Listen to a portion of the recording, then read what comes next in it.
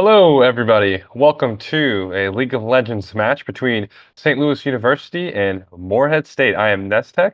Commentating with me today is Hickory. How's it going, Hickory? It is great. It's been almost a year since I've been on the microphone. I've changed colors from the Morehead red to the SLU blue. Nice. And I'm interested to see this first match. It's going to be fun. Yeah, I've been since I've been in St. Louis for a while. SLU's been a team that I've been working with a lot, watching them play a lot of different games, League of Legends, Smash. I mostly, some of you watching may recognize me from like the Smash Bros scene.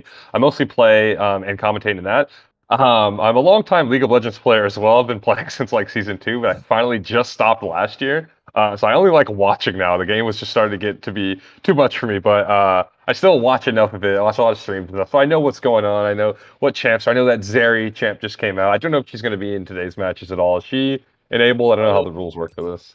I I can check in a few seconds. I'm not exactly certain what patch we are on. That's a really good question that we should have went through before. I'm going to go on a limb and say probably not. Mhm. But let's see if I can actually find what the patch is. I do see one of the players for I think it's Morehead does have some Zeri in their match history, so they might be pulling it up. We'll see. It looks like it's Panda Philosopher. But actually, speaking of the players, we're gonna real quick go over the teams and players that you guys are gonna be seeing on your screen very soon. On one side, we have Morehead State, which is A Music, Curious, Panda Philosopher, the Croc Lord, and Val here. Unfortunately, I don't think the positions are. Oh, okay, cool. We got the players right there. Anyway, so yeah, I just mentioned the ones on MSC side, but then we have SLU, which is going to have Cozy Shroud, Maddie, Strompus, Doxo, I think that says, Tsum, and Coach Miko and Zaga. Yeah, that Uh, is Doxa. He is a pretty intense mid laner that actually just recently has joined SLU only just a few days ago, actually, and has also switched to the bot lane. Bit of a kind of perks cap situation, getting one of the other best mid laners in Collegiate and sticking him on your team in a different role. So this is the first time I'm going to see him in the ADC position. I'm pretty excited, but I just love the kind of irony of taking, the number 2, number 3 guy and just sticking him with you. yeah. I mean, sometimes you got to move things around if you want good players on one team. Like you mentioned, perks cap situation. You've seen a lot of teams do that kind of thing. More recently, I think we got Cloud9, Fudge moving to the mid lane Yeah. in order to make room for. I don't remember who it is in top, but yeah. The point is, they're doing some moving around as well. It's kind of a thing. So we got the bands going through right now. A colleague. See, okay, one thing I do remember from around the time when I stopped playing League is that flexing was becoming a huge thing. Like Akali can be mid, she can be top. There's like champs that can be in 3 lanes. What do you think that Akali ban is directed at? So this Akali ban could either be top or mid. You're correct. I think the biggest thing though is that there is an extremely powerful kind of tank build coming out of Akali from the past few weeks, primarily with Chem Tank Creature Fire. She is extremely powerful, extremely strong. Basically, only needs one item to really take over her lane. Typically in the top lane, because then she can slot into the side lanes a little bit better. But I think this is just kind of a target ban at the patch more than really anything else.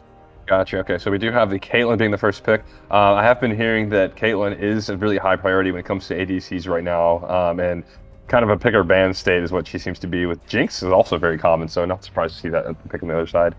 Yeah, the Caitlyn's a little bit interesting on the blue side because she's definitely best with like a Lux, a Morgana, a really like intense enchanter support. But I mean, there's so many picks still available, even if they pick the Jinx and let's say the Lux right here or the Leona, you're still kind of okay. So it's a little scary as the one pick blue, but it's not the worst situation.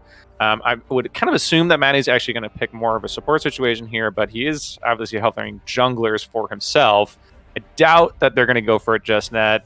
Karma looks pretty good, kind of like I was saying. Okay, so there is the answer is that we are on the Zeri patch, but I do not know if she's disabled or not. Right. I It's doubt like a he lot of would player. be hovering her if she is. Well, and so what's been like the breakdown of Zeri's? Isn't she just mostly bot lane, or can she also Absolutely go? no idea. I do not Okay. understand that Yeah, I guess champion it's in not. any way, shape, or form. I'll be the Yeah. first to admit that new champions take me like a solid month to really understand. I mean, it doesn't Um, help that these skill descriptions are like novels these days. Well, that's Uh, kind of part of it. I do like the yeah. Viego probably for Maddie here, leaving up kind of like the last few picks for the solo laners. Viego's looking really, really good. Obviously, there's not necessarily like Leona's a good steal here, but Viego's just been a really, really good blind pick in the jungle. Yeah, it definitely does look like they're going to wait for more information to come out before they start going for their solo laners. And I think it was the Rammus. We got a little bit of transitioning going on possibly, but it was the Rammus right before we saw things switch over.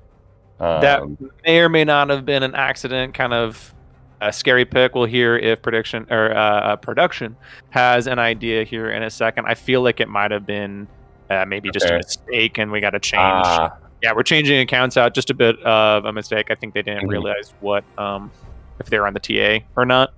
Okay. Um, I was gonna say maybe that Rammus pick probably was not intentional. Then maybe that was just like, okay, let me just pick him. Let's just get out of the champ select. Yeah, I uh, think that's kind of what it was. That just yeah. I was hovering something. So the answer is that someone logged on to the wrong account. They're not on their tournament realm account. And we want to have everyone with every option, every ban, every Mhm. champion, everything unlocked. It really wouldn't be collegiate league without a bunch of technical issues. I thought it'd be like a pause at 7 seconds. You know, that's a Yeah. little bit earlier. Yeah, Uh, I mean, honestly, you see a lot of technical issues in like actual LCS too every once in a while, so it's been can't really intense avoid it recently. anywhere. Yeah, especially with like things being remote and sometimes things get a little more tricky. So I believe they're going to repeat the exact picks and bans that happened. Yes. So this for a little bit, this is going to look like a complete replay aside from us saying different things this time. Yeah. If you're uh, just joining, we just had a quick mess up in the draft, so we're going to go through the first, I believe it was 5 picks. We should be yeah. on the third pick of red side. Yes, and that does give us a little bit extra time to talk a bit more about the format of the games today and for like just the season moving on. It's going to be 6 weeks of a Swiss format. Lose two and you're out, and the best performers of this 6 weeks will move on to the North playoffs, and basically from there it gets into a lot more games further down the line. But you don't need to know about that too much now. Just know that there's 6 weeks of Swiss, everybody playing everybody essentially. And you want to win as many games as possible. It's the Collegiate League of Legends North Conference is where these games are happening right now. Rammus actually was the pick, Oh, interestingly enough. Which is very curious. Rammus is a pretty heavy tank, really good into full AD comps. Obviously, we have the Caitlyn and the Viego, but we do mhm. not know what the top or the mid is. So if this is kind of a counter pick, it's a little early. If it's a comfort pick, it makes a bit more sense that, maybe Valhyr, the jungler for MSC, just feels a lot more comfortable on something like this, which would make a lot more sense. Syndra ban, so we're going to start targeting, the mid and the bot or top, probably from actually both teams because nothing's really been shown. Somewhat, Mhm. actually, literally a mirror of both teams.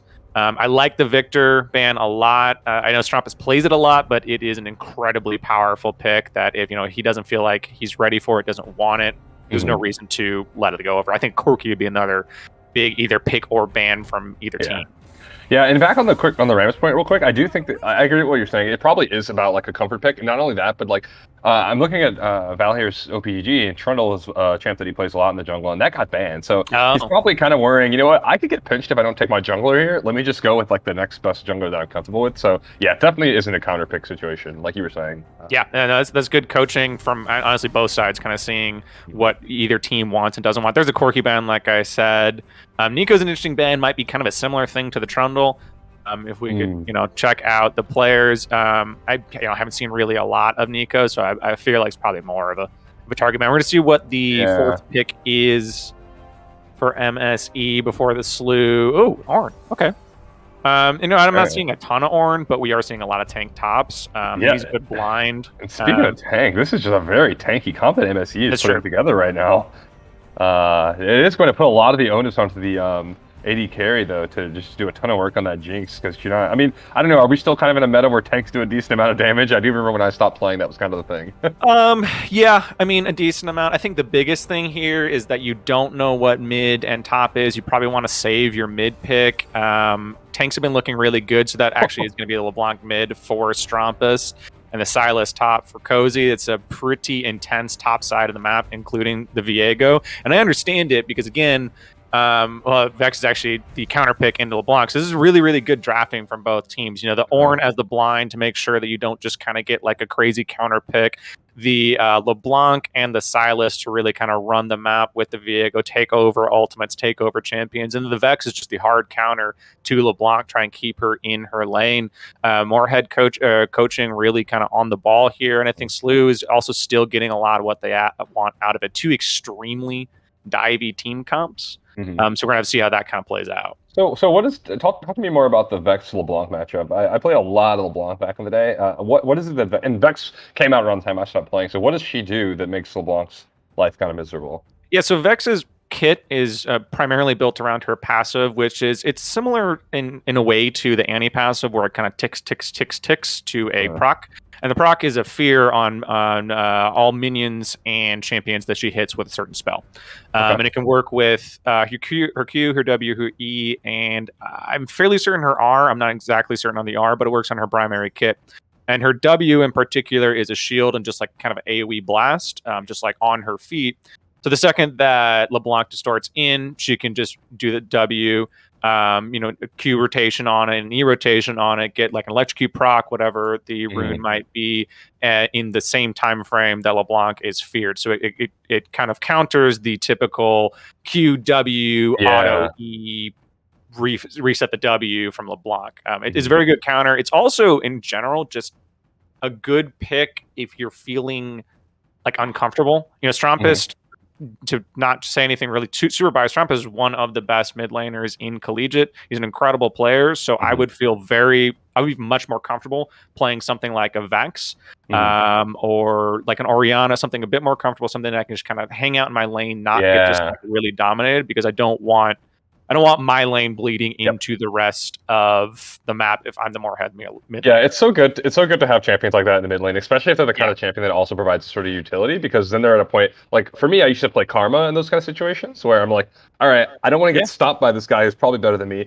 I'm just gonna like clear my lane, play safe. I have utility to offer later, so even if I'm not getting crazy fed, I'll be fine. LeBlanc doesn't have that same luxury because if LeBlanc's not snowballing and like getting killed going, she's not really doing much. Yeah, if LeBlanc's not one tap in the Jinx, LeBlanc's just kind of there. And the cool thing about Vex is that she also synergizes with the dive a lot. Her ultimate is an incredibly long diving ability. It's like a mark from Hmm.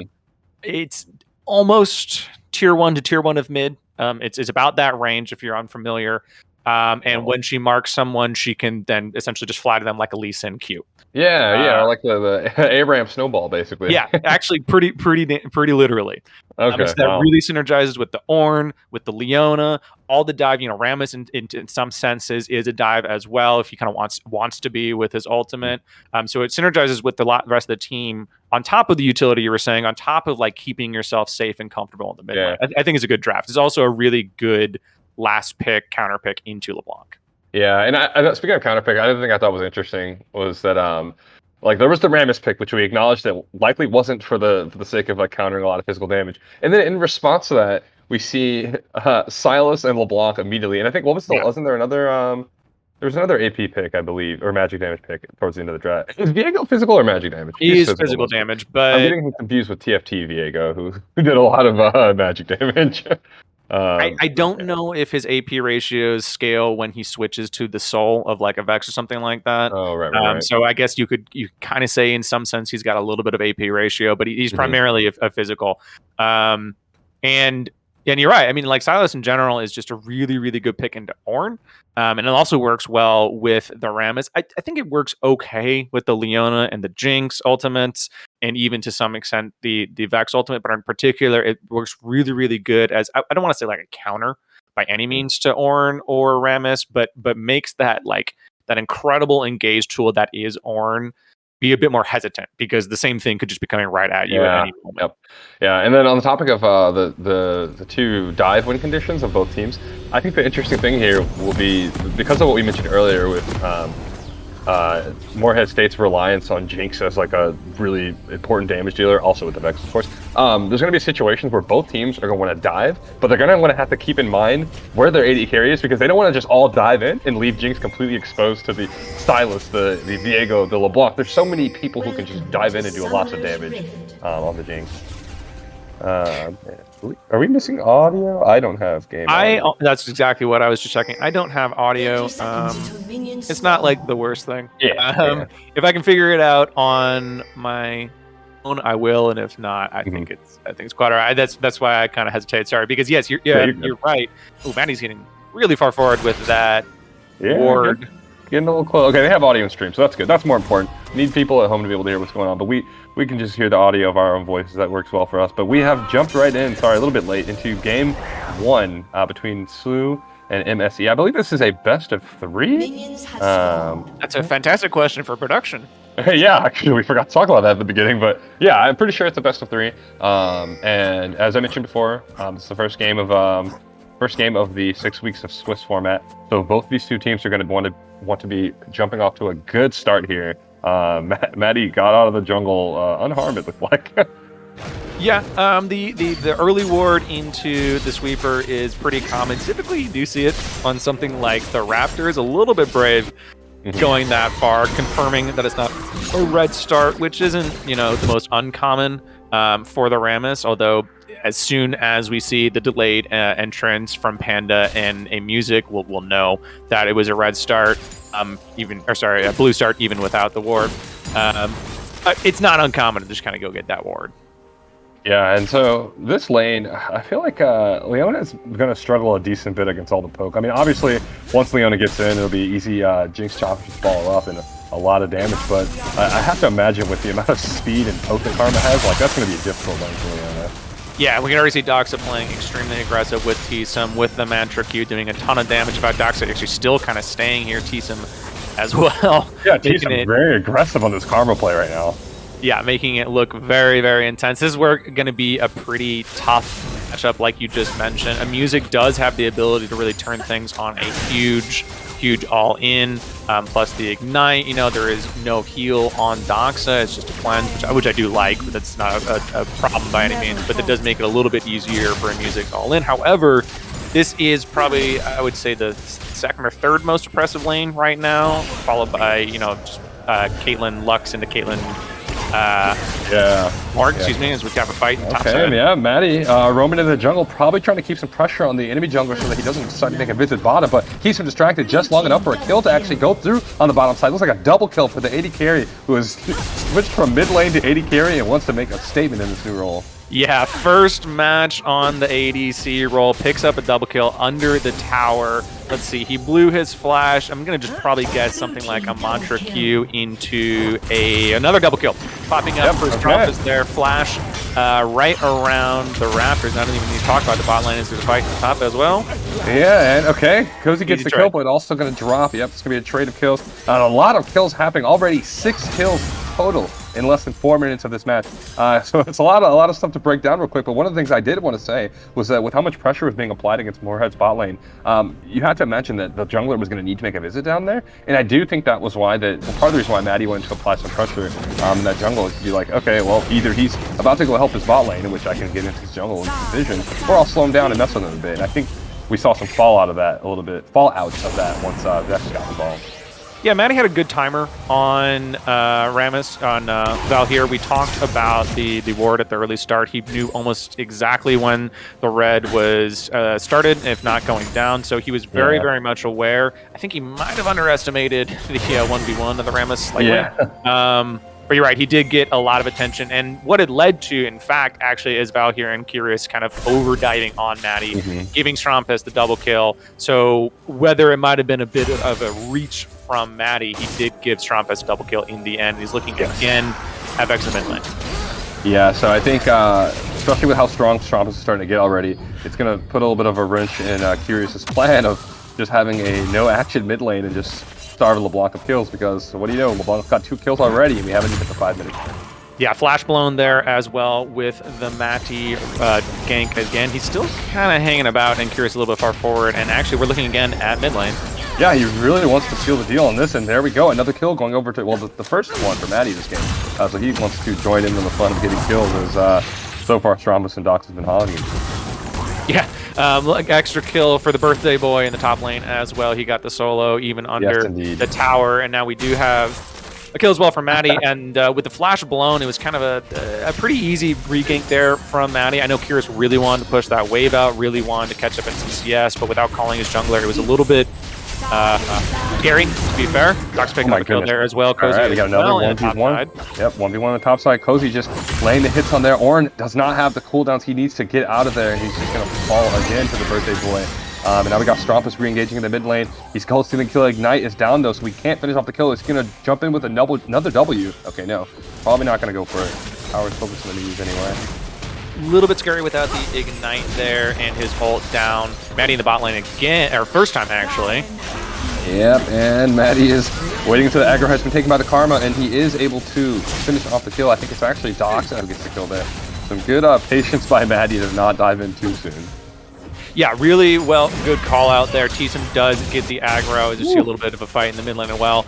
As soon as Maddie sees the aggro on T-Sim, he feels comfortable. And I actually kind of like, I don't know if they're giving it to Doxa per se, but I do like the kill going on to him anyway. Yeah, it looked like it was an either Doxa or Maddie moment. They're like, all right, whichever one of us can get this. Okay, Cozy's going to be sneaking in, catch that Vex recalling, and he kills him right under his tower. I guess with no vision in their own topside jungle, they had no idea that the Silas was coming that way. Yeah, no vision, no camps up, no reason to really be there. Kind of scary. And again, it's this hard position that Curious is in. He really needs to get some wave clear. He really needs to get pushing things forward. But he's kind of getting attacked from all sides. Same with Val here. Yeah, when they got a lead like this, Blue has a lot of time to just go wherever they want without even having it back. We got the support roaming in, trying to get more kills on the enemies. We got Leon about to die, kind of sandwiched in between the Gromp and the enemy there. Panda Philosopher can only watch as his team gets picked off in the jungle, even able to get away with clearing his vision, huh? Yeah, really good flat. Whoa, the Zenith play from Maddie. Okay, Maddie getting a little bit antsy there, but they're able to get the kill anyway. Kind of the bait into more bait. Yeah, that was a serious bait. I did not actually think Maddie was going to go for that, nor did Panda Philosopher. He did have Flash up, but there's not really a whole lot he could have done as soon as the Zenith blade was out. Yeah, like we can see the alt chat here. Hope they keep the sportsmanship here. With Maddie going through the jungle, coming back in. The gold right now, but Maddie must be sitting on a lot of gold. I don't think he's gone back in quite a while. If we could switch over production, we got a... Yeah, he's sitting on over 1,000, so... yeah, we have a 7,000 gold lead so far, and it's actually going pretty well split because Shroud looks scary. Okay, yep, he's getting ganked right there, and is he going to able to steal a kill on his way down? He does not. The Ornn stays alive with just a sliver of health. He's going to probably push this wave out a little bit before recalling and getting some health. Yeah, same actual issue for Cozy Shroud that he used on to Curious is there's not a lot of vision in the top side of the map right now. There's that one ward there. Actually, find the bottom, we'll talk about in a sec. Okay, yeah, finally coming in with that Rammus ult. Gets the Trimmers going through, and T-Sim and Doxa are trying their best to get away. Leona misses the Zenith Blade and not able to re-engage it. Here goes Maddie. Still has not chopped. Still wants to pick up more kills before he goes to the store and buys some good items. And he is definitely padding his wallet. Yeah, that miss from a music was rough. I'm not certain it would really been the difference. Panda Philosopher was a little bit far behind for the damage. I wonder if he was a little bit aware of the Maddie roam there. Is a bit overzealous from the MSC bot lane. Same with the mid lane, and Maddie just kind of running over things. Still having some fun. He is doing a little bit of champion spotlight, trying out every single champion he can kill and just pushing those waves in. So looking good. And we still haven't even had a dragon take yet. Both teams are just, well, MSE is focused on staying alive. Slew is just focused on killing champions. Yeah, the newer Drakes are not the best early Drakes, to be completely honest. They're much better in their soul forms. And in particular, the Hextech really kind of does nothing as a single Drake, so it's not super worrisome, especially when plates are a lot more effective here at this time of the game. You know, looking for the Rift Herald, looking for the enemy jungler as well. Okay, so we got Maddie still in there. I don't think he hasn't really gone back to buy yet. He's going to get a kill on this Rammus. Flash out is going to make Val here safe, but Cozy seems like he wants to keep going, and that was my mistake. I thought that was Maddie that I did. Cozy, so Maddie is taking Rift right now. Yeah, Cozy's been on the roam. Oh, he might be in danger. Talk about the roam with Vector too. Okay, he's kind of sticking around. I think he wants to tempt him because he knows his jungler is right behind him to provide backup. But okay, Karma going in. We got another snare right there. Maddie falling up. He's ready to take the kill, and if he can get it, oh, the blast cone was not enough to save the Vex. He's going to swap bodies, and he's going to finish off Leona most likely too, who has got herself caught in the middle of a lot of enemy teammates. Yeah, Cozy Shroud kind of able to kind of do whatever he wants right now. There's actually another fight up. Hands off. Goodness, yeah, this is just non-stop fighting with a 20-2 score count right now. We got the Ornn ult coming through. Let's see if he can get Cozy with it. Oh, what is it? Not even an observer. I think he might have missed. Yeah, it's like completely whiffed, and that's going to be him going down for that. One of those situations, though, we got Silas pinging the Ornn arc. Like, yep, that's down. One of those situations where you kind of flub, you want to like redeem yourself somehow, and it just makes things worse. Yeah, a little bit unfortunate there. I think he was waiting just a little too long. It is kind of hard to see going through the wall there, to be completely fair to the Croc Lord. But what I was trying to bring up is that Cozy Shroud was so much wave clear versus the Ornn. This is the downside of this Ornn blind pick, or really just any tank in the current meta, is that if you are up against something like a Sylas that can just push your wave in over and over and over again, that kind of gives up control of your red side jungle, particularly like the red buff and the Krugs. And Cozy Shroud has shown this 3 or 4 times now, roaming into mid, roaming into the jungle, making it hard for Valhyr and Curious. And unfortunately for Croc Lord, there's just not a lot he can do. It's not to do with the solo kills, it's not to do with anything other than the fact that he picked a stable lane into a volatile lane. Exactly. And Slu's able to do exactly what they want, as they are all back into the mid lane, which this thing is the only tower that has not been knocked down yet. Actually, no, sorry, the one on the top is still there. But now they're going to move forward to most likely take down this mid lane here and get some gold on this tower, and not even a kill. Not really sure why Phantom Philosopher was sticking around right there. That tower was definitely not long for this world. Cozy decides he wants to engage, does not have a level advantage, but likely the item advantage, and lots of damage to put down. The mid lane tower does put down as we're talking, and Cozy is going to finish it.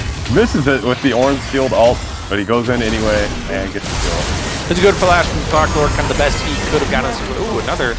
You're just kind of looking for something here. Yeah, Music has a lot of low enemies that he's trying to pick off right there. Gets a stun on Maddie, but it doesn't matter because he lost too much health while he was in there, and it seems like he just baited the Vex into joining back in as well as he falls for his own. Yeah, the Maddie lifesteal and just healing in general right now kind of biting them in the butt. Phantom Philosopher was able to pick a kill there with his Super Mega Death Rocket, but he couldn't really go in at any point. Coming in hot, he does not have Flash Hook, and Rammus Flash Hook is not powerful. I'm not sure. Actually, I have no idea. Well, whether or not that's the case, I don't think that's going to be engaged if Valhyr wanted to go for a Stomp. Is coming from base. Look at how fast that LeBlanc wants to get back to the action. He can really go for a teleport right now. Ornn able to pop 2 in the air with that ultimate. Can Vex follow up with something? No, they're still getting choked down and chipped too much by this Kate, who's proved to be such a threat despite being at 50% HP. Yeah, the Caitlyn from Doxa looking incredible from start to the 13-minute mark. You got that double kill at like the level 3 range. He's really been pushing things pretty hard. I bet he has a lot of gold in the bank right now. Definitely his Zeal item going to be finished, probably a rapid fire here, and we'll see what else he wants to build out. A little bit of MR, I think that's fair. I can see a QSS coming. He does have the cleanse. There's not kind of really any reason to not be more defensive when you're this far ahead, when we're doubling the enemy team's gold. It's really kind of egregious not to be looking at a defensive item because there's no way that you don't have enough damage at this point. Yeah, exactly. And like you just said, yeah, they just hit that point where they are double the enemy's gold count. So a little bit of a struggle coming through for MSE. They're going to have to figure out a way to stop the bleeding, and I don't know, at this point just stall and wait for Slu to get cocky and mess things up. But Strop is going to get a kill right here. I don't think Croc Lord knew that LeBlanc was hanging around there. We got an ult coming through from Leona. Okay, good Zenith Blade, waiting for Vex to follow up, but Vex has Maddie right behind her. She's going to have to get out of there. She's not going to be able to get a kill without losing her own, and the support is still in there by herself with the whole team of Slu there to pick off the kills. Yeah, it's really a good call from MSC. Getting the overextended Trumpus is a really good way to slow things down, get back into the game, maybe look for a Drake. Unfortunately, Mata and Cozy very much aware of MSC's win condition right now, knowing that all they really have to do is control the side lanes, make sure that the person out is not too far out, and kind of clean up the game as they are right now. Yeah, the poke is quite surgical, so you can see how Caitlyn was just barely hanging outside the turret's range, able to pick hits off of the enemies, and like the turret couldn't do anything about it. Now they're just going to take this inhibitor as well, and this game's very close to ending before the 20-minute mark for sure. Okay, we got a Music going in. I think Doxa is really close to dying here. Vex wants to finish off, but steps on one of those traps. Even the Jinx Rocket is not going to quite do it. Rams goes in, wants to finish off a kill on one of these low health targets, but he dies as well. It just needs to be MSE going in all at once, but it's just one at a time, so they're not able to get any kills for it. Maddie is finally going to die, though. He definitely does it, right? Yes, he should be, even with the life steal. There we go. Probably going to be blaming his teammate Karma for not going in to save him right there. I feel like a couple shields could have kept him alive, but it doesn't matter. They're still knocking at the doors of MSE's base, and Ornn, he's tanked, but he dies faster than just about anyone else. Yeah, he does not have the items he's looking for. It's a last-ditch effort from MSE, and it's a fair last-ditch effort because there's not really much they can do other than hold the bleeding at their base right now. They have 2 in hits down. Even if they clear things out, it's going to be a long slog. There's no reason to give up. There's no reason to let up, to just try and all in. Yeah. And they were able to push out Slew successfully. I think it definitely helped MSE that the Doxa was not there. Doxa went back to get another buy, or to get some more purchases in there. So kind of spared for now. But you have to imagine as soon as that siege happens again, with the amount of extra items Doxa has on him right now, it's probably going to look a lot uglier. Yeah, going to be looking at the Rift Herald here from Slew. Ugly probably is a decent word. Top lane tier 2 is kind of the only thing in their way at this moment. MSC has no business going near it, no business really being near the jungle. It seems like they're aware of this situation. Oh, actually, a TP coming out of the Crocodile as I say it. Doesn't get canceled. Oh yeah, the finish on the tower does go through, and I don't even think this Rammus is going to be able to catch Doxa, especially not with Maddie right around the corner, still poking with damage. The team is collapsing. Karma comes from the flank, and the Ornn ult goes through. Hits just about nobody. That might have been the Silence. I'm not entirely sure, but really big poke from Karma, and we got Strompus on the backside with this very fed LeBlanc wanting to get some kills. He's pretty low himself, but Silas almost able to keep going, but Panda Philosopher flashes away, and Diego closing it. He wants that kill, and the ace comes through, but the last member left alive, MSE, taken down. That's most likely going to be the end for Slew, bringing it home with a 44-4 kill count. Jesus. Unfortunately, a bit of an overextension there from MSE. It's not a whole lot you can do when you are down half of the gold and you are at 1/3 of the entire gold in the game. Yes, indeed. That's going to be Slew taking game 1-0 over MSE, and yes, a lot for MSE to talk about, to discuss and figure out what they can do to not bleed so hard and perhaps take the win in the next game. Yeah, I think the draft was really good from MSC. I think that they were very aware of what they were looking for, what they're worried about from Slew. I think as we saw, it was just a pretty hard from the first few levels. There's a lot of lane dominance here out of the Slew players.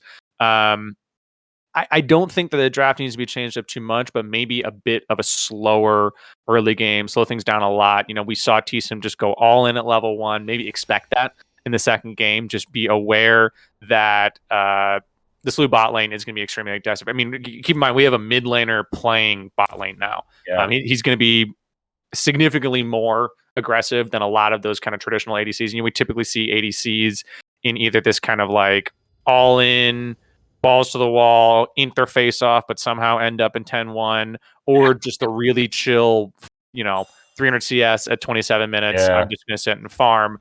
Just do what the team needs you to do. Yeah, exactly. When you slot a mid lane in the ADC, it's typically the first one. It's typically the one that wants to go in.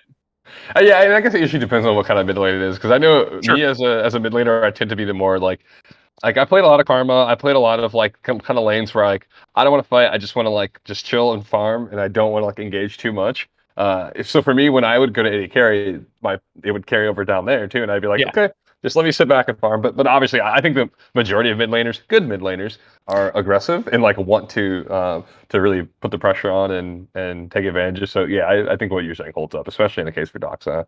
Yeah, and from what I've seen, I'll admit I only saw a handful of his matches, but he was a pretty aggressive mid laner as well. So it kind of makes sense. It fits in. T-Sim is also a pretty aggressive support, and that's another thing to really mention is that it is, of course, a dual lane.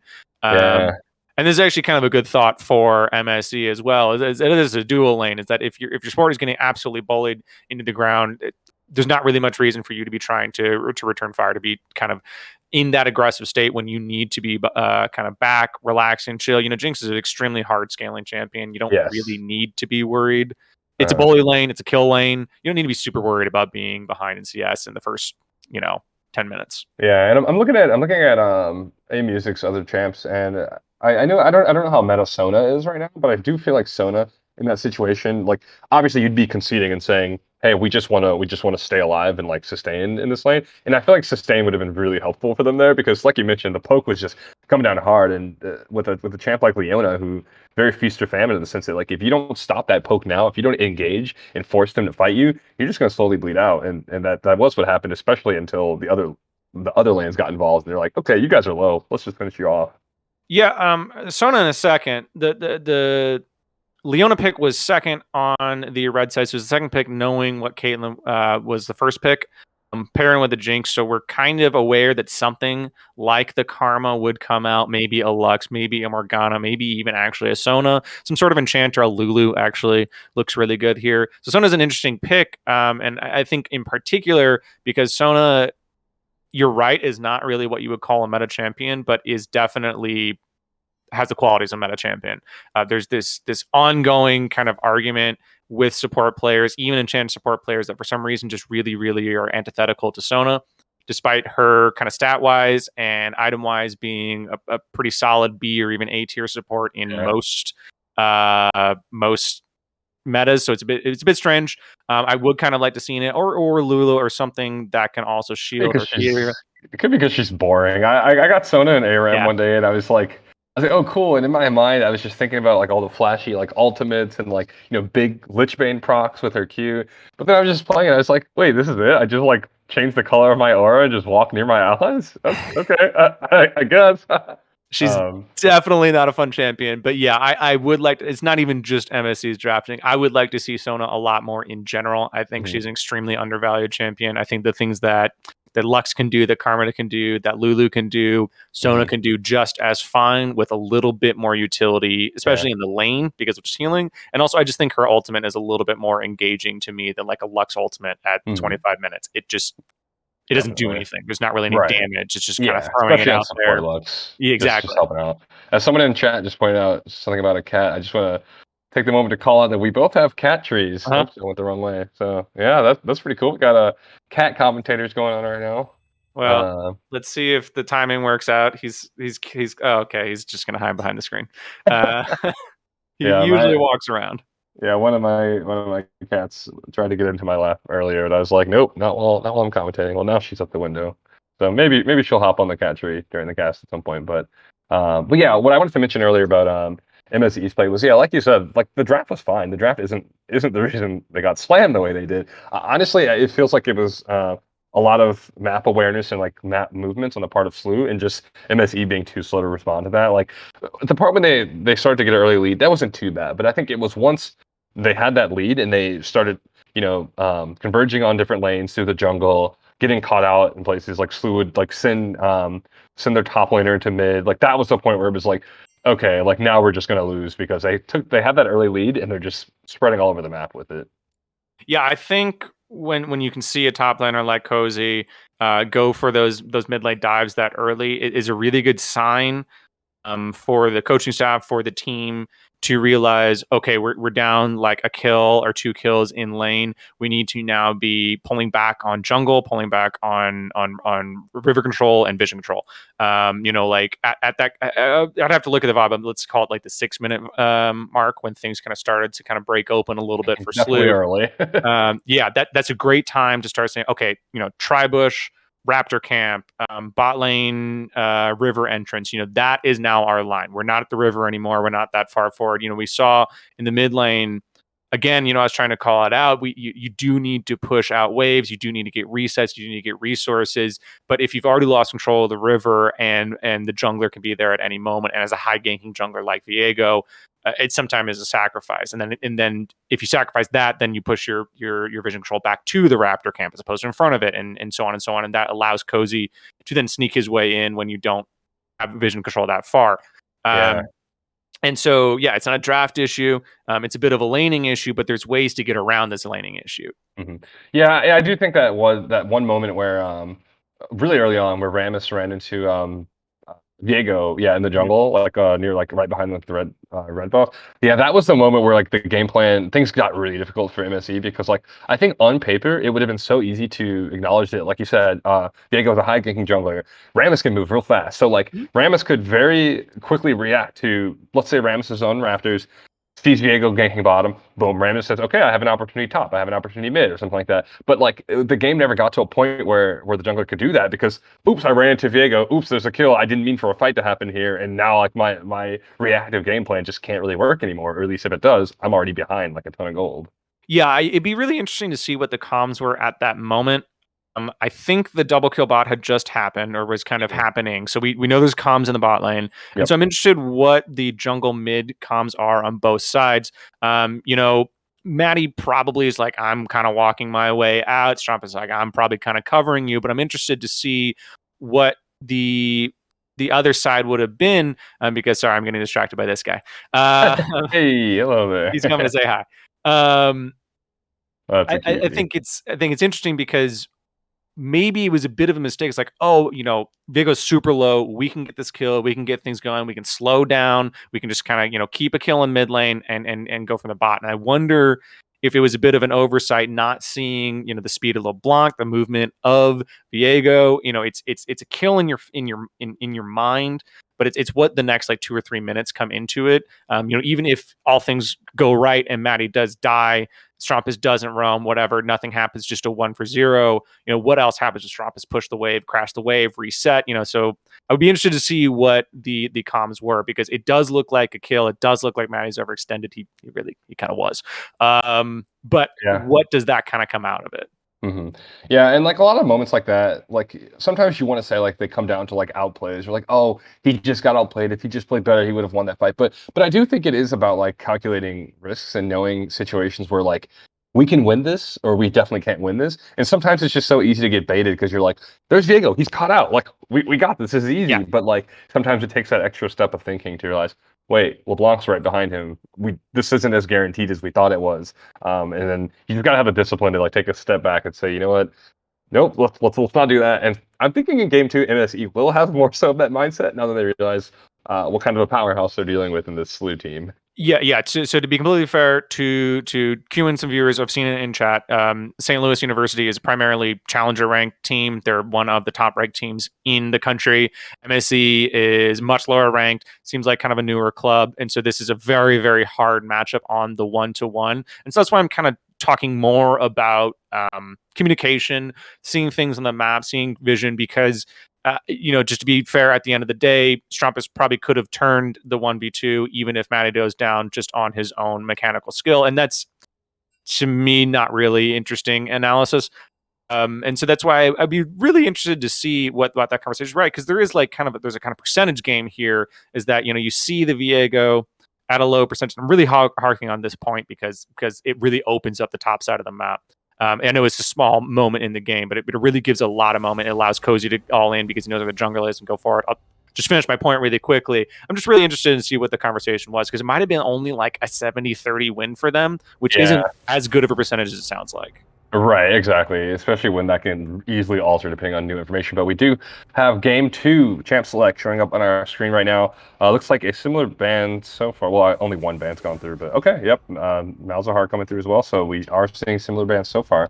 I wonder if that Malzahar, who's that targeting exactly? Because I don't think their mid laner, Curious, has many Malzahar Yeah, I games. would have assumed it was a target ban for Curious, but if he doesn't play it, I'm not entirely certain. Yeah. We do every once in a while see an AP in the bot lane. It's typically more like a Syndra Uh, than for something like a Malzahar, but I'm wondering if maybe Panda just happens to be a Malzahar bot lane player and they're just trying to get rid of it. is that a I thing? Oh, lordy. No, no, not at all. That's why I'm Okay. wondering about the target ban. Yeah. I'm not seeing anything. Of course, it's the start of a season, so we don't have perfect Yep. ideas of what everyone plays. There's only a handful of games on everybody except for Strumpus because he plays Right. too much.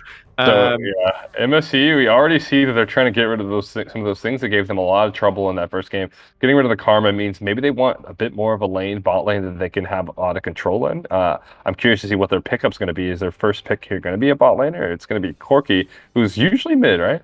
yes, Corky is probably the best mid laner in the game right now.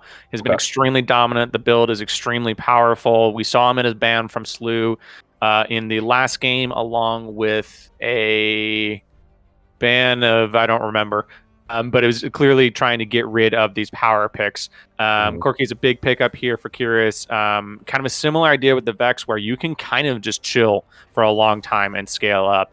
Relia is interesting. I do like the Yumi though. Okay, yeah, that's going to be Aurelia and Yumi, which, okay, Aurelia most likely top, right? Don't think Aurelia really goes mid these days. Aurelia is a really good pick into anti-magic. She actually has pretty good MR scaling.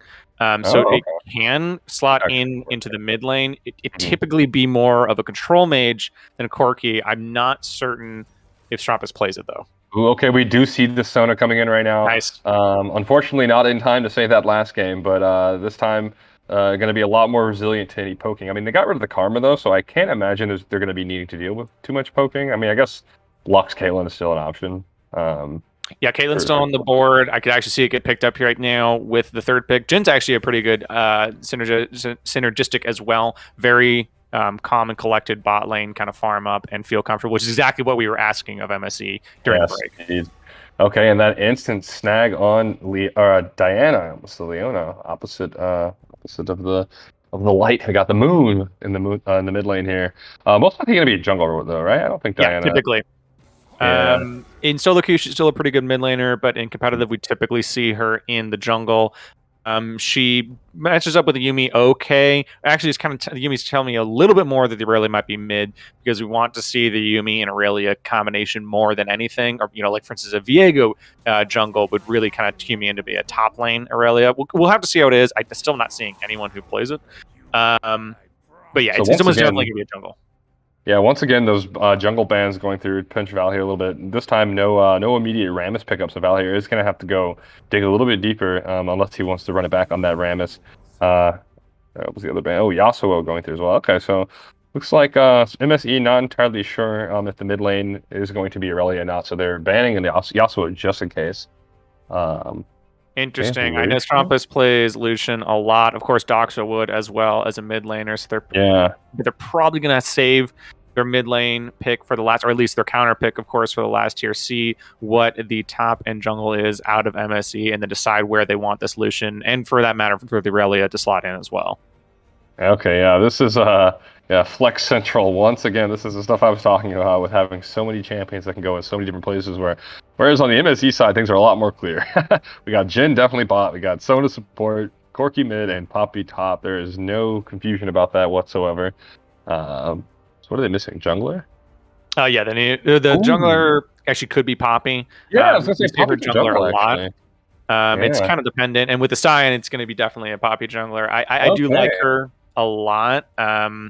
She is a huge counter pick into things like the Aurelia, into Diana, into Lucian. Lucian. Yeah. Her W is incredibly oppressive for champions Hmm. like this. It's a really good pickup. I think I like it a lot more than the Rammus in Wait, particular. so does Poppy W stop Yumi from from is Yumi's like latch I on? Is that attack? believe so. Wow, that's brutal. Yeah, that Poppy pick is amazing right here. Then it's going to be really Yeah. cool to see if Valley can pull off some cool stuff with that. And yeah, Scion is making this another pretty tanky comp for them, but this time they're not so reliant on just Jinx for the damage. Also got Corki putting out a lot, got Jin with a lot of damage, and even Sona I think can do a decent bit at least early on. So that's an interesting thing. I mean, it might be a bit of a bait, but Doxa, of course, can play Aurelia as a mid laner. Um, It'd be an interesting pick as opposed to the Lucian, and probably makes more sense on Stropus. That's what I was kind of saying, is that the Yumi with the Diana makes me feel like the Aurelia is slotting into mid a lot more than it would be in the top lane. But there is that slight possibility the Doxa could pick it up. Just in case. I don't know what the rules are, but typically 20 seconds is when you're not allowed to Yeah, I know in like swap. LCS and like LEC that's how it works. So yeah, we'll assume that they are locked in here. Real quick before we hop into game, tell me a little bit about Lee Sin top because I remember around the time I stopped playing that was really becoming a thing, and what I had heard it was because Lee Sin had just gotten buffed or something, so he was just really strong, and it was one of those things where it's like just play him in top, he's that good. But I mean, it's been a lot of patches now. Is Lee Sin still in that state where he's just so strong that you can just throw him top, or is there Yeah, a specific reason? yes and no. So part of the buffs was a lot of self-sustain, plus the Gourd Drinker reduced item value made it a lot easier of a build path for him, and it really just kind of became a pretty easy sustain lane that turns into a pretty oppressive top laner. Actually, Lee Sin kind of started out more or less as a top laner, to be completely fair, and it wasn't until in second around season 3ish that it really truly transitioned into a jungler. I think he was played in the jungle, but not like as full time as we'd probably assume. Yeah, The no side of the answer is that it's not nearly as common. There are still a few picks. I think there was one in the LEC just yesterday. Yesterday was Friday. Yeah. I can't remember the match, but I was just kind of had it on in the background, and there was at least in top. It is not a bad pick at all. It's very good into kind of bruisers. A little surprising into a tank, but with the extreme sustain, you can just kind of ignore the tank for most of it. He's got an incredible amount of wave clear. It will work similar to the Silas, a little bit slower in the wave clear, but similar in the fact that Cozy can just hard push the wave, keep the Croc kind of under his tower, and then do whatever he wants. And also, I mean, with the Diana pick, there's not really a whole lot of places it's going to slot in. It also synergizes fairly well with the rest of the team, with Aurelia and the Diana. He's a massive, incredible engage champion and a dive champion. So I guess my final opinion is that I don't hate it, but I also don't love it.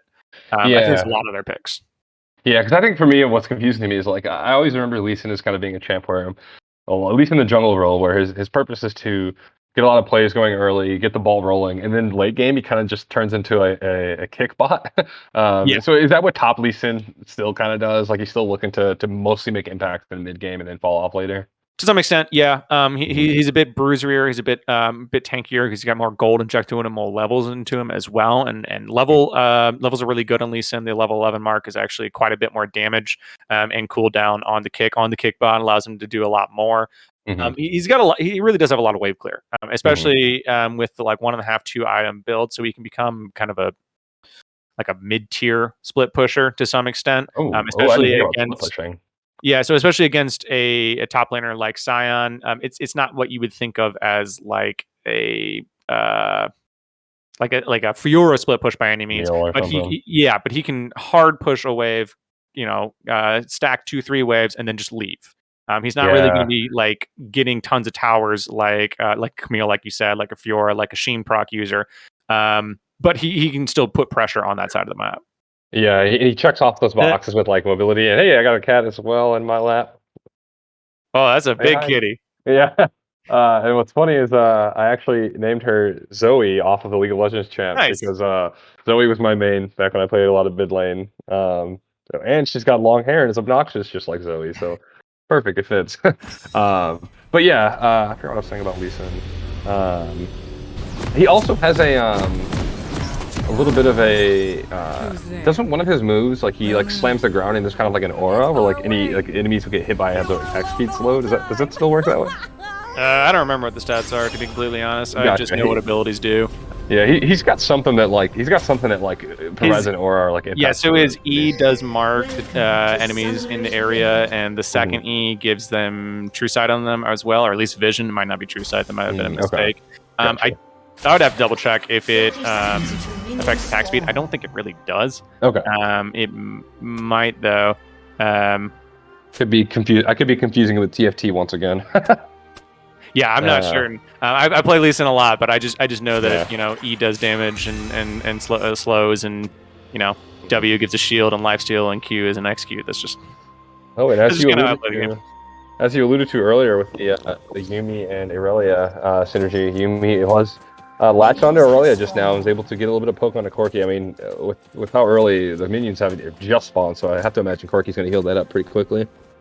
Yeah, it's about the 2 item mark that we really want to see Corki onto one of her 80 carries. Typically in the jungle is a really good one. Of course, we don't have by 80 carry, I don't mean an ADC. I mean an actual attack damage champion. With the oh god, you said Leona, and now I'm screwed up. Diana, thank you. With the Diana, it's not a big pickup. With the Lee Sin, we're talking. This is gonna look scary. Okay, Slew with the jump on MSE right there. We got a lot of damage going through, but MSE able to calmly walk away. They don't blow any flashes. Meanwhile, in the mid lane, Kira is taking a lot of damage from Aurelia. Already popping all the pots. Well, all but one of them. Gonna have to do some healing up. Yeah, we see 1 potion in the mid lane, the 1 potion for Panda in the bot lane. I prefer the 4 potion boot build a lot more on Jhin, especially with the Sona here when you're trying to kind of live, sustain up. So it's going to be a little rough here. If he had that, he'd be a lot more comfortable with the rest of this lane, but it's still okay with the Sona. As you mentioned, the fight in the mid lane, I don't think Kira's got to reset. Daxa with the level 2 here. Yeah, they get level 2 first, and that's going to be the kill going through in the flash. Unfortunately, a music flash it and dies anyway. So Yeah, who got the kill though? Oh, the Yuumi, okay, unfortunately for Slew, the Yuumi got the kill, but they're going to be happy anyway to keep pushing that lane in. They got that win to level 2, and in the jungle, we got a fight between Val here and Cozy Shroud, who has roamed to the jungle maybe to get some vision, but just in time, we got the Diana swooping right in with that ability that was used to be the ult of Diana, but now able to access it much earlier, and even get the kill on the Scion, who thought he could come in and save the jungler. Yeah, it's supposed to the W, I believe. You say, unfortunately, the kill for Tsum. I actually think it was a showing of like an actually extremely skilled Yuumi player, which I know is a bit oxymoronic. The ability to jump on and off and use the rotation of abilities properly. That with the last auto, last Q from Tsum is what followed a music with his flash, which would not have been available if he was staying on. It's you're actually right. a really good play. Okay, yeah, good point. Phones. You got me good. It's all right. Val here showing the strength of the Poppy W. I think if he was aware of the roam from Maddie, that flash over. Another double kill for Doxa on the bot lane. Goodness, and yeah, we didn't get the chance to talk about the bot lane matchup earlier with all the other picks that were happening, but yeah, Slew does set themselves up here for another aggressive bot lane, but in a completely different way. They're not looking to like poke aggressively. Now they're just looking to just all in, which that's not going to help Sona too much. Sona is going to be a lot more helpful when she could just slowly, recover health from all the poking that was happening. But Lucian doesn't want to slowly poke you down, he wants to kill you. And speaking of killing, we got Cozy Shroud with the 1v1 kill on the top laner, and another 1v1 again happening in the mid lane. Trump is also trying to prove dominant. Slew is just, this time, not even doing it with the help of converging teammates. They're just outplaying their opponents, and that's going to be the Ignite finishing off Curious.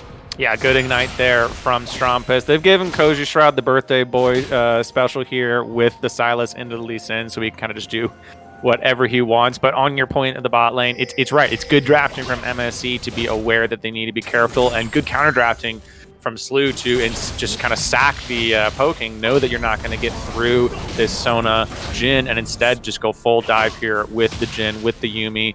I don't think there's much else that would have been too better than perhaps like a Leona or a Nautilus, but that wouldn't have worked too well with the rest of the team. So it's really good drafting for both teams. Yeah, definitely. It shows that they're definitely thinking about picks and like thinking about what they can do to improve their chances here, and not just like going with comfort, like maybe like what the Rammus was in that last game. But yeah, definitely, like you said, putting some thought into it. And Lucian kind of 1v2ing right now, allowing Yuumi to go off and do something else, but Yuumi has returned. Maybe with MSE not expecting her to be there that quickly, because a kill goes through before Valor even gets in position to counter it. They also get the Predator pop out of Val here, which is pretty big. Good steadfast presence there as well to keep Valor alive. Bit of a fight here in bot lane. Yeah, curious that Valor decided to re-engage on Diana as Diana was coming down, because with the full level advantage, now 2 levels, was not going to be a hard fight for the Leona to win, and they had just gotten a man advantage, Slew did, with finishing off the Sona, so it's surprising that Valor thought he could make a play there, but Strumpus also continuing his pressure in the mid lane with yet another kill onto the Corki, who is now 0-3. Yeah, I said I haven't really seen Strumpus play Aurelia too much in the mid lane. He seems pretty comfortable and proficient on this champion, hitting his Deadly Flourish quite like kind of on the last pixel there in most cases. Curious not really able to react to it. I wonder if his Valkyrie was down on the first kill. But it's a bit of a repeat here in the first game, so this is exactly the moment. And about the same time where I want to see MSC start pulling back, start dropping wards in their jungle, realizing they need to give things up, give cleats up, give waves up, and slow things down to not get in the same situation they were last game.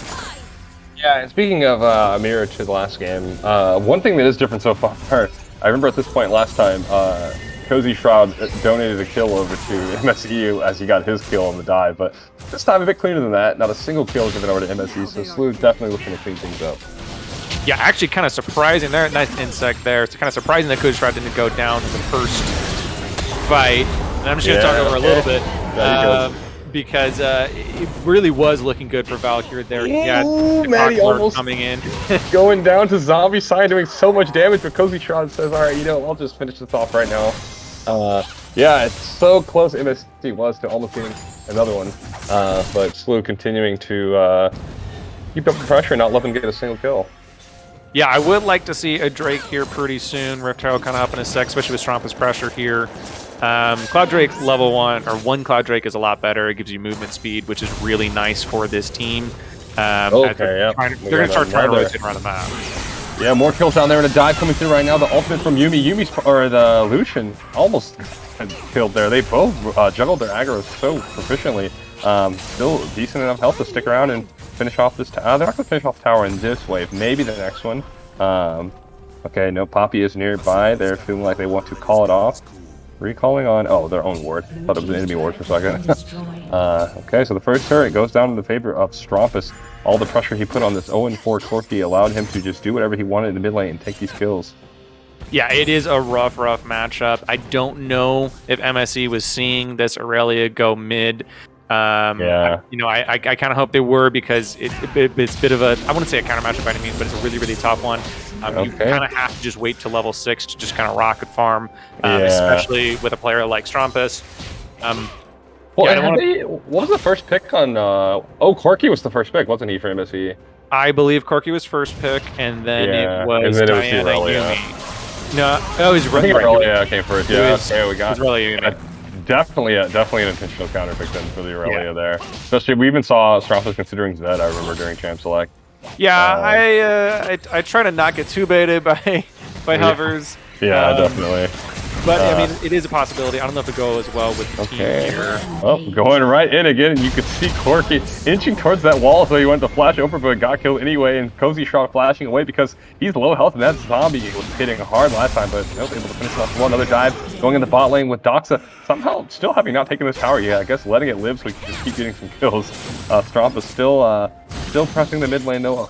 4-level lead on this Poppy, but not able to go in because the W went up just in time. Now he goes in, puts down the ult, puts some more damage on, and he's even going to survive just barely. Yes, he does, dashing back and forth, and meanwhile, Doxa and Tsum finally taking down this bot lane tower.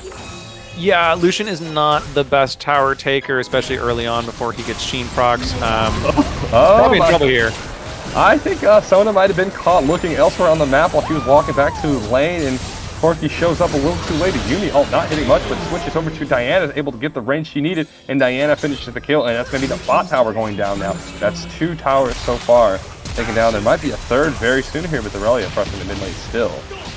Tsum is extremely impressive with the Yumi right now. Yeah, oh my goodness. Making Yumi look extremely fun, more than just AFKing while your AD carry picks up kills, because a lot of hopping around this Yumi is doing to keep the team alive and do some more damage. That's like optimal damage too, right? For Yumi to keep like jumping off and doing autos, and then like what you were mentioning earlier. Yeah, exactly what we were talking about earlier is that Yumi used properly is not just sitting on you, she's actually rotating through abilities in and out. It's almost almost kind of like a Jace, where you can kind of like it's not the exact same where you hit R and have different abilities, but you have different cooldowns, different abilities, different auto attack ranges, and different Q ranges as well when you swap on. And in her hop range is a lot farther than people, I think, realize. Yeah, I've grown to really appreciate Yumi's design. Like, I remember when she first came out, I was like, okay, this is weird. A champ who just, like, literally you just sit there and, like, watch your AD carry, like, farm and stuff. But, like you mentioned, with the having to, like, weave in and out, put some autos in there and different spells, like, it is a very, like interactive champion. Yeah, it definitely can be played just sitting there. But if you want to play it optimally... And you got to remember, a lot of these slew guys are trying to make a mark here, not just on MSC, but in Collegiate in general. And so I'm happy to see Tsum showing that, yes, he could have just sat on Doxa all game long, but to actually play Yumi is really what he's showing here. Great step by presence. Yes, and that W stops Natty from getting him. It doesn't matter. Natty still keeps getting the kills. Zombie Scion is ready to go, but Yumi is making it too hard for him to get in and get any kills. Doxa, I guess for some reason, not wanting to attack the Scion, wants to see if he can get one of his teammates killed maybe, but now it is 29-0 as the score count. Ooh, that Q just barely going through for Lee Sin, able to jump over, not able to get a kill though. Diana gets some of her connections with the Q. She's able to teleport in and keep getting closer to the enemies for the kills, and Doxa is legendary now with a 12-0 scoreline. It's been fantastic on the Lucian. Yeah, Doxa making a statement in his first ADC game of the season. Really, maybe of competitive. I'd have to double check. He's looking extremely good here. Strompus also kind of reminding him that he's mid laner. Strompus really shredding that support right there, and that's even going to be the Scion. Once again, at this point, I feel like we've seen Zombie Scion more than we've seen the actual champion alive, as Slew is continuing to take down this giant undead soldier, whatever he is. Yeah, basically. Okay, well, Doxa probably did not expect that many people to be there. Going to be donating a first and probably second kill as well, with Yumi most likely going down, and even Stromp is almost starting to hit the tower right here. A little bit of chaos as 2 kills finally go over in MSC's favor, but I have to imagine that things are still pretty dire for them right now. There's actually a lot of gold, to be completely honest. It was close to 2,000 gold. Yeah. I didn't see the Yumi shutdown, but the Lucian shutdown was 1,000, so yeah. it was quite a lot of gold. Speaking of shutdowns, tell me a little bit about how did the objective bounties work? I learned that was added in the past year. I don't remember when, but I never really understood how it works. Yeah, it's the worst thing that this game has ever invented. Oh no.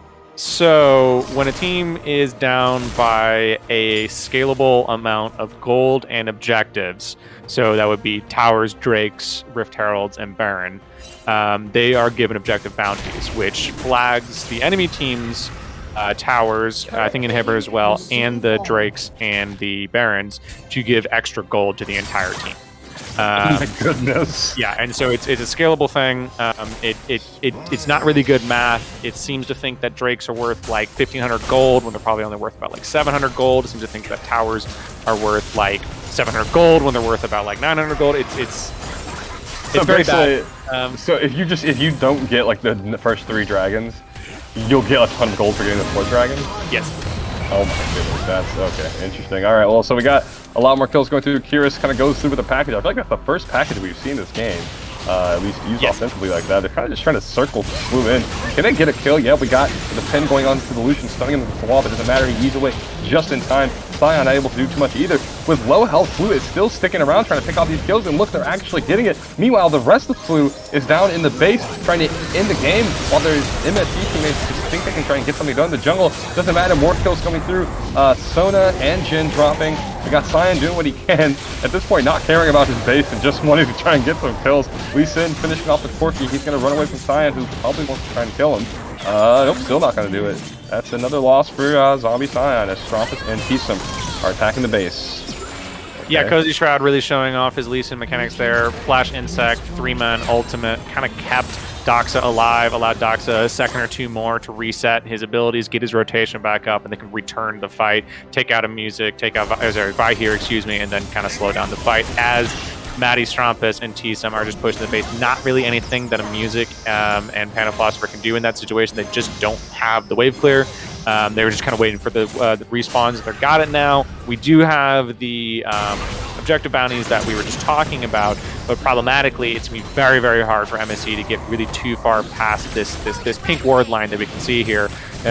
If observers want to show really, really quickly, there's not very much distance that they can go past it, and I hope they realize it because, as I was saying at last game, they kind of immediately went past that line.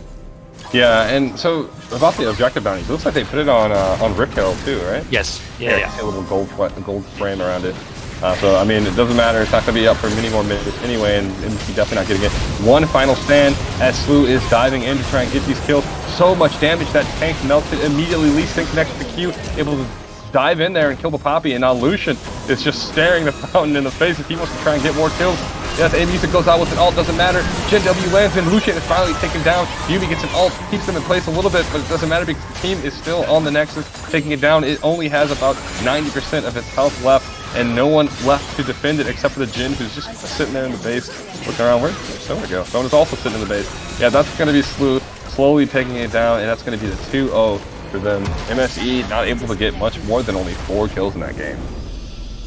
Yeah, we knew going in that this would be an extremely problematic matchup for MSC. It's a very, very tough first game for them to run up someone like Slew. I think on the side of Slew, we saw interesting drafting. We mostly saw that there is a pretty good distribution of champ pools between the top, the mid, and the bot lane as well. I made the joke of the perks cap thing at the beginning of the day, but it could actually really be possible between Doxa and Strompest and Cozy, in fact, kind of showing that all 3 of them can play these. Illusion, for instance, of course, can be played in all 3 lanes. Aurelia played in both lanes. Silas played in both lanes.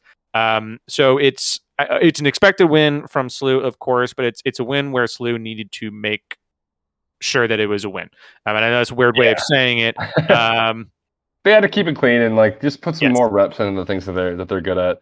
And I think that that game was a little bit of a difference from the first one. In the first one, we talked about how it wasn't too much outplaying that was happening to MSE. It was just getting like out team played and like out Yes. like macro and whatnot.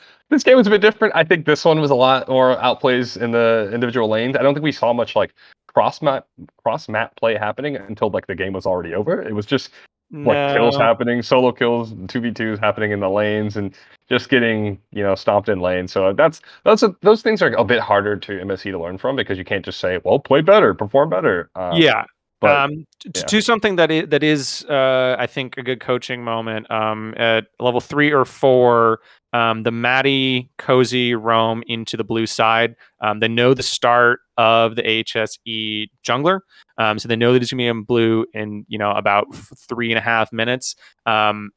That was a set piece from Salute. That was clearly a plan. We have a dive Aurelia. We have a hard pushing Lee Sin. We've probably done something like this, if not exactly like this, multiple times. So that's actually a really good coaching moment when you see something that can dive like a Dana, something that can hard push like a Lee Sin with a Scion. A simple ward in the river around the 2:30 minute, the 2:45 minute from your mid laner could have slowed down or even completely stopped that entire situation. And yeah. again, then it does turn into a bit of just kind of micromechanics, outplaying and things like that. But there is an ability to know that this is coming before it's coming. Yeah, and speaking of like coaching moment that you were mentioning, one thing that's important to note is like this, as we mentioned, there are like a lot of different teams playing together in this league.